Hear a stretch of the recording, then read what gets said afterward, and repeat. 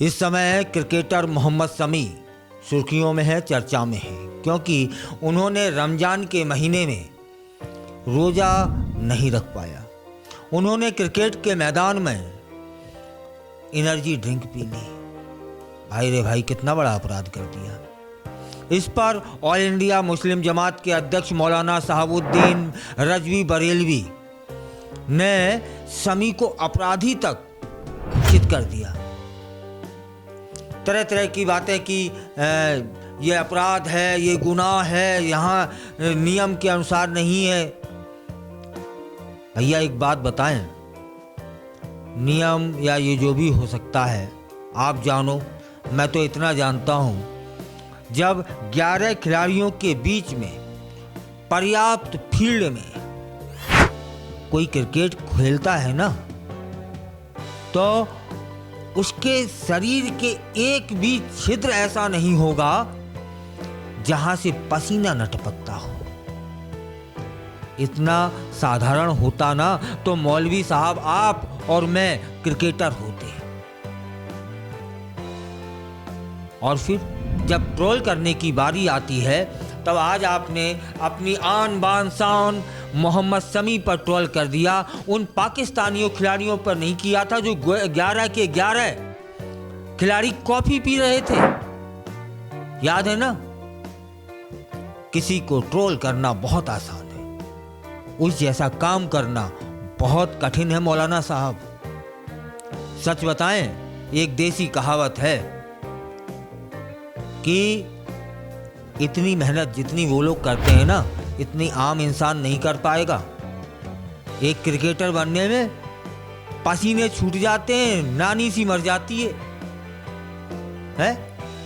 फिलहाल जावेद अख्तर, जो कि प्रसिद्ध गीतकार हैं, साहित्यकार भी हैं, और उनका एक अपना मुकाम है। उन्होंने मोहम्मद शमी की पैरवी की है, बयान दिया है। वे बयान देने पर खुद को स्वयं को रोक नहीं पाए हैं। उन्होंने मोहम्मद शमी का समर्थन किया है, आलोचकों को सबक सिखाया है, या फिर यूं कहें कि सीधे झन्नाटेदार एक तमाचा जड़ा है गाल पर। आपको जानकारी होगी ही, दुबई में क्रिकेट खेला जा रहा था। मोहम्मद शमी ने एनर्जी ड्रिंक पी ली थी, जिस पर बवाल मचा दिया गया। लोगों ने उन्हें रमजान के महीने में रोजा न रखने पर ट्रोल किया, तो वहीं कुछ लोग उनके समर्थन में भी आ गए। पट कथा लेखक हैं, फिल्मों के गीतकार हैं वे, साहित्यकार हैं वे। कौन? जावेद अख्तर साहब। उन्होंने प्रतिक्रिया दी है, शमी के समर्थन में उतर आए हैं और एक तरीके से मौलाना साहब का को जवाब दिया है, या फिर मौलाना साहब को आईना दिखाया है। शब्द सुनेंगे तो आपको लगेगा ठीक से शब्द कहे हैं। और उनके शब्दों तक पहुंचने से पहले इतना जरूर बताना चाहूँगा कि जावेद अख्तर साहब अपनी बात बड़ी बेबाकी से रखते हैं। उन्होंने रोजा न रखने के विवाद के बीच में मोहम्मद शमी का समर्थन करते हुए कहा है, अपने एक्स हैंडल पर लिखा है कि शमी साहब उन कट्टरपंथी मूर्खों की बातों पर ध्यान ना दें। अब समझिएगा, खबर यहां से शुरू होती है, आईना यहां से शुरुआत करता है कि क्या लिखा है, शमी साहब उन कट्टरपंथी मूर्खों की बातों पर ध्यान ना दें। अख्तर साहब कह रहे हैं कि वो मौलाना मूर्ख है, जो इस तरह की बातें करता है वो मूर्ख ही तो कहलाएगा। अब समझने वाली बात है, मैंने नहीं कहा, यह अख्तर साहब ने कहा है, जो कि मुस्लिम है। मौलाना ने कहा था, जो कि मुस्लिम थे। यहां बुद्धिमत्ता की बात है, और यह समर्थन सही वक्त पर आया है अख्तर साहब का। उन्होंने स्पष्ट कर दिया है कि ये कट्टरपंथी लोग हैं। अरे कट्टरपंथ यह तो नहीं सिखाता कि बेतुकी बातें करो, कुछ तो सोच लो, कुछ तो समझ लो। क्रिकेट के मैदान में खेलते हुए पसीने बहाते हुए यदि किसी ने पानी पी लिया तो फिर क्या हुआ? तब फिर क्या हुआ? आपका रोजा खंडित हो गया है। याद रखिएगा, वो वहां पर खेल रहे थे, अपने देश को जिता रहे थे। आपका अल्लाह भी खुश हुआ होगा और भगवान भी खुश हुआ होगा। और यही पूजा है, कर्म ही पूजा है मौलाना साहब, याद रखिएगा। बाकी सब जो कुछ है ना, सब यूं ही बेकार है। जो कर्म से लगाव करते हैं, प्रेम करते हैं, भगवान भी उन्हीं को प्राप्त होता है। इस कट्टर पंथ में कहीं भगवान और अल्लाह नहीं रखा। और जिसका जवाब जावेद अख्तर साहब ने दे दिया है कि ये मूर्ख हैं। इन लोगों को दुबई की तपती दोपहरी में क्रिकेट के मैदान पर पानी पीने से परेशानी होती है। अरे भैया, क्रिकेट खेलना उनका काम है। जितनी देर वो मैदान में खड़े रहते हैं ना मौलाना साहब, तो टांगें कपकपा जाएंगी, रोंगटे खड़े हो जाएंगे। वो एक तपस्या से कम नहीं होता जिन पर आपने यूं ही उंगली उठा दी। और याद रखिएगा, मोहम्मद शमी भारतीय टीम का एक अनमोल हीरा है, अनमोल हिस्सा है। उस पर हम सभी को गौरवान्वित करने का मन करता है। तब फिर जावेद अख्तर साहब कहते हैं कि मेरी शुभकामनाएं उनके साथ और उनकी पूरी टीम के साथ। आपको याद ही होगा, अभी कुछ दिन पहले शमी के भाई ने भी मौलाना साहब को फटकार लगा दी थी, जमकर औकात दिखा दी थी। मैं यहां हिंदू और मुस्लिम नहीं कर रहा हूं।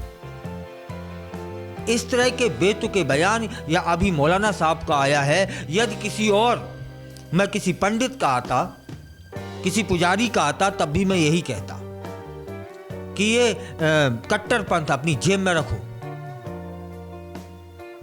वो कितनी तपस्या, कितनी मेहनत करके वहां पहुंचे हैं, ठीक है ना। और उस पर बेतुकी बातें कि रोजा खंडित हो गया, वो अपराधी है, उसको शर्म आनी चाहिए है? जाने कितने जन्मों की तपस्या होती है तब जाकर के एक कोई क्रिकेटर बनता है। 4 मार्च को दुबई में भारत बनाम ऑस्ट्रेलिया का सेमीफाइनल मैच हुआ था, आप सभी जानते हैं। तब शमी ने मैच के समय एनर्जी ड्रिंक पी ली थी, और वो भी रमजान के पवित्र महीने में। तो मुस्लिम के धर्मगुरुओं ने शमी का जमकर उन पर निशाना साधा। लोगों ने इस बात पर आपत्ति जता दी कि शमी ने रोजा क्यों नहीं रखा। मौलाना बरेलवी ने यहां तक कह दिया था कि शमी ने रोजा न रखकर पाप किया है, उन्हें खुदा को जवाब देना होगा। उन्होंने यह भी कहा था कि शमी के इस कदम से लोगों में गलत संदेश जा रहा है। इस विवाद पर शमी की चचेरी बहन डॉक्टर मुमताज ने प्रतिक्रिया देते हुए कहा था कि शमी देश के लिए खेल रहे हैं।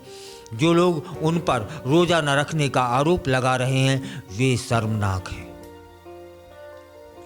फिलहाल मौलाना बरेलवी जमकर ट्रोल हो रहे हैं, जमकर बेइज्जती करवा रहे हैं, क्योंकि उनके बेतुके बयान ने उनको बेइज्जत होने पर मजबूर किया है। और यहाँ तक जो भी कह रहे हैं कि क्या लोगों में संदेश जा रहा है, तब फिर मौलाना साहब अब आपको ख्याल रखना होगा कि इस तरह से बयान ना दिया जाए। क्या लोगों में संदेश जा रहा होगा कि मौलाना साहब को आईना दिखा दिया गया है? और सोचिएगा कि आपने क्या किया है। मैं सच कह रहा हूं, बिल्कुल सच कह रहा हूं कि क्रिकेटर, साइंटिस्ट है ना, और लेखक बनना कोई बनाता नहीं है। ये लोग पहले से बन के आते हैं, कई जन्मों की तपस्या होती है, तब जाकर के एक लेखक जन्म लेता है, तब जाकर के एक क्रिकेटर बनता है। वरना सोचो ना, 15-16 खिलाड़ी हैं, हमारी आबादी कितनी है। यदि क्रिकेटर बनना इतना आसान होता तो ये सारी की सारी आबादी क्रिकेटर होती। बड़ी तपस्या करनी होती है साहब। अब तो जरूर कहने का मन करता है कि धर्मगुरु बनना किसी भी धर्म का हो बहुत आसान है, लेकिन क्रिकेटर बनना आसान नहीं होता। उस पर इस तरह का ट्रोल करना, इस तरह के बेतुकी बयानबाजी करना, मुझे नहीं लगता कि एक धर्मगुरु का बयान हो सकता है।